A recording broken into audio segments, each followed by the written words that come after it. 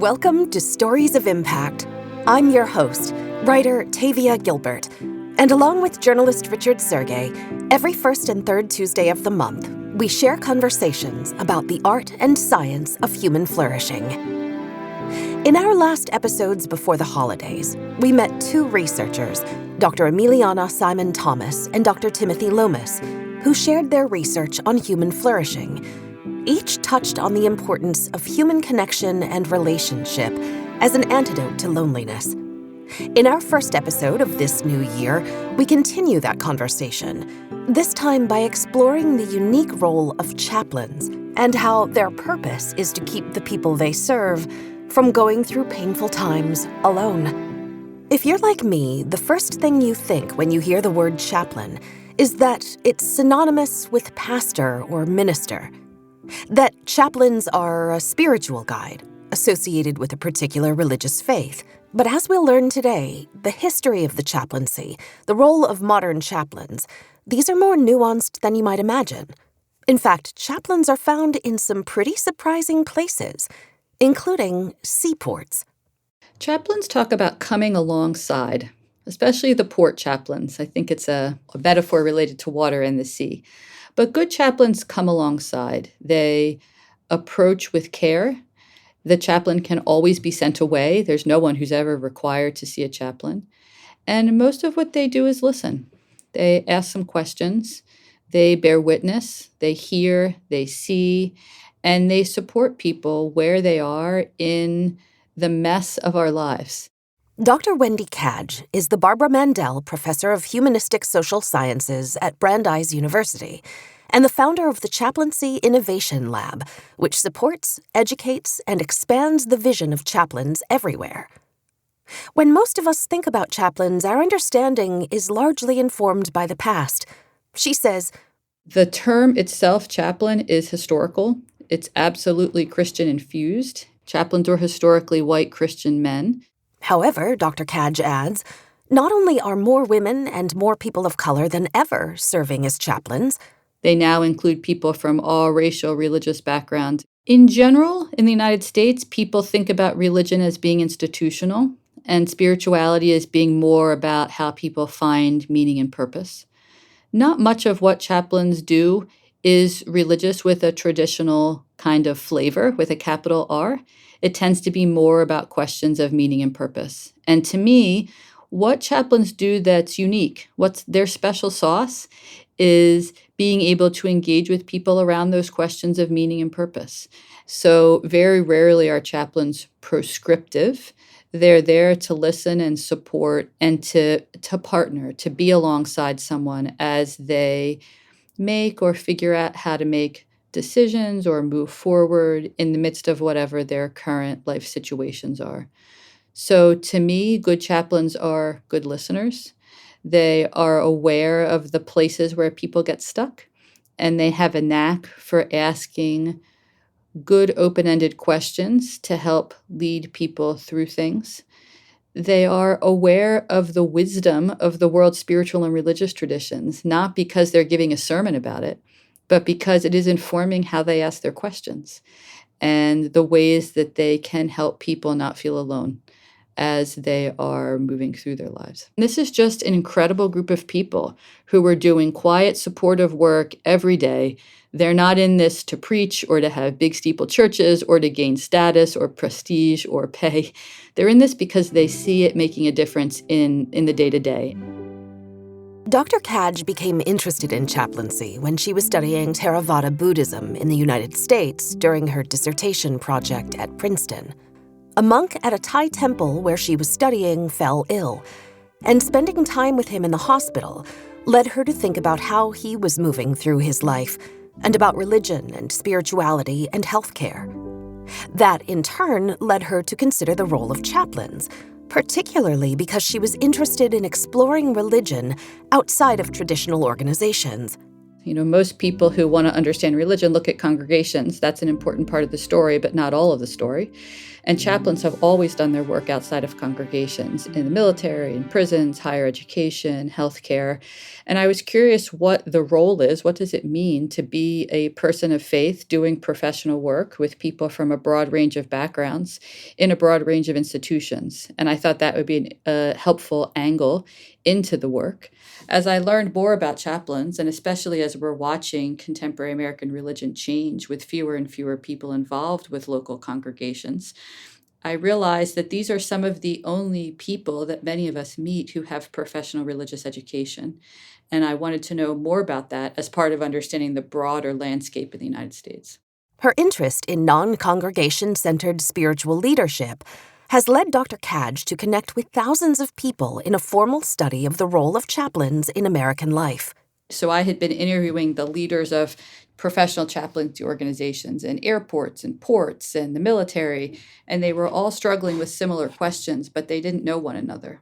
And I thought, well, what if we see if we can bring people together and see what we can learn from one another? From that simple beginning, we've been able to gather about 15,000 people, both educators and social scientists, chaplains, and people looking to engage with chaplains, to think about what the work of spiritual care is today, what it looks like going forward, as opposed to what it has been historically. What is the history of American chaplains? So the brief history is that chaplains in the United States date to the Revolutionary War.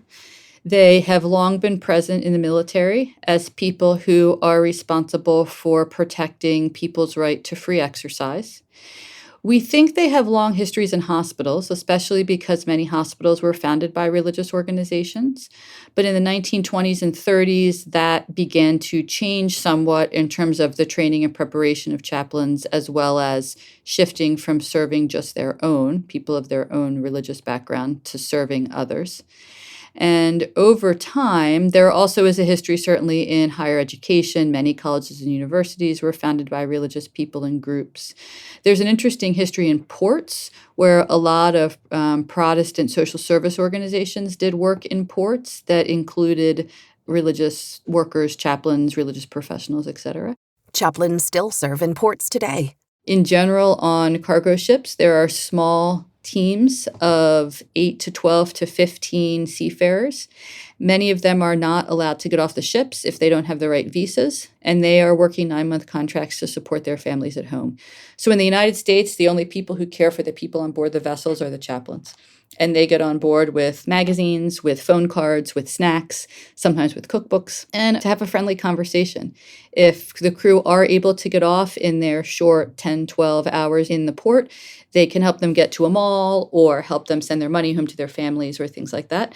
So port chaplaincy plays a huge role for an almost entirely forgotten group of people that otherwise are not served. Dr. Cadge has been surprised by other unexpected places that chaplains serve. More and more, we're seeing chaplains in places you wouldn't expect. Until the Ringling Brothers Barnum and Bailey Circus closed, there was a chaplain who traveled with the circus. There is a chaplain at the Federal Research Station in Antarctica. Other places that I was surprised to find chaplains were airports. I couldn't figure out why airports would need chaplains or chapels. And in fact, Boston's Logan Airport was one of the first in the United States. And there's an interesting history there about making space for airport workers to go to Mass and do other religious services. But today, airport chaplains do a lot of work with people who are flying due to crisis or sudden death. They do a lot of work when someone is injured or harmed while in flight or a family member is. They do a huge amount of staff care for everyone from baggage handlers to the people who are checking you in that, you're watching a fellow traveler unload on. Spiritual care providers are now deployed with every Red Cross disaster team. We're seeing them in more and more police departments and fire departments. Sports teams often have chaplains. They tend to be more traditionally religious. More recently, to see as many chaplains emerging in working with the unhoused and working around addiction. I mean, this is a place where religiously motivated and other social workers have long played a role, but I think that there's an important set of opportunities there for chaplains. Dr. Cadge can imagine the presence of chaplains expanding even further. What if they were in veterinary clinics, dealing with people when their animals were quite ill? There's a strong body of research from the UK that shows that embedding chaplains in primary care services as kind of listening services, people that you can talk to for as many times as you want when you go to see your primary care physician, and provide some support, some community resources, this sort of thing, is very beneficial both for the patients and families, but also for the staff, because it frees their time up to deal with other kinds of issues. But the place most people might think of chaplains playing a role is in hospitals, nursing homes, and other healthcare settings. There is a long historic relationship between chaplaincy and healthcare, says Dr. Cadge. Her study of the chaplaincy underscored the importance of their work in settings where people are ill, injured, or dying. There is a long history of spiritual care in hospitals because of their religious origins. But even as many hospitals secularized, they maintained chaplain and spiritual care providers, in part because they saw spiritual well-being as central to health. In the United States today, most people die in hospitals or in hospices and palliative cares. And most people, when they think chaplain, if they think anything, will think end of life. The relationship between healthcare, hospitals, end of life, certainly hospice and palliative care is important. We interviewed 50 people who, in our survey, told us that they had contact with chaplains. And in those interviews, we wanted to hear about it, what the experience was like for them. And many of them talked about being with loved ones who were at the end of their lives and appreciating the non-judgmental presence of chaplains, their comfort, their accompaniment. They're helping to navigate and support them when they or their loved ones were not religious in any traditional sense or didn't fit into any traditional box. And they were trying to make sense of what was happening and how to move forward both kind of practically and existentially. So that's why I think we saw so much contact with chaplains as related to healthcare organizations. Nurses in particular have historically worked closely with chaplains, says Dr. Cadge, and her research not only suggests that this remains true today, but that it can inform the work of other healthcare providers. I wrote a book called Paging God, Religion in the Halls of Medicine, and I spent time in 2 intensive care units, one that cared for adults and one that cared for infants. And I interviewed a whole lot of healthcare workers, and it is the nurses who most often work closely with the chaplains and spiritual care providers. And I actually went back through nursing and medical textbooks because there's been more attention to kind of religion in healthcare. Should doctors be trained around these issues?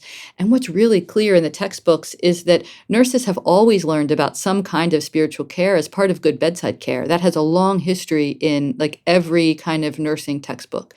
The idea that physicians should do this is really a new and different idea. They don't have that long history. And so I think nurses are often providing some spiritual care on their own or alongside chaplains, especially at the end of life. That's part of the history of that field and of their doing of that work. The COVID-19 pandemic brought the work of chaplains in healthcare and end-of-life settings into greater public view, says Dr. Cadge. And I got a lot of calls from reporters during this period, asking me about whether, how, why chaplains were running toward the dying. And I would repeatedly say a few things. One, chaplains don't run. They walk, maybe urgently, but they don't run. That's not part of being a supportive presence and coming alongside. Second, I would say chaplains have always been there, and they've always been doing this work. But the light wasn't turned so that they could be seen. And that's okay. But that as chaplains work across the nation's healthcare organizations, they're in more than 2/3 of American hospitals, hospices, palliative cares, they've long been doing this work quietly and on the edge. And so I think that COVID brought the public's attention and awareness to the work that this group of people were doing. And especially as we were not able to be with our loved ones in hospitals, the chaplains did much more staff care.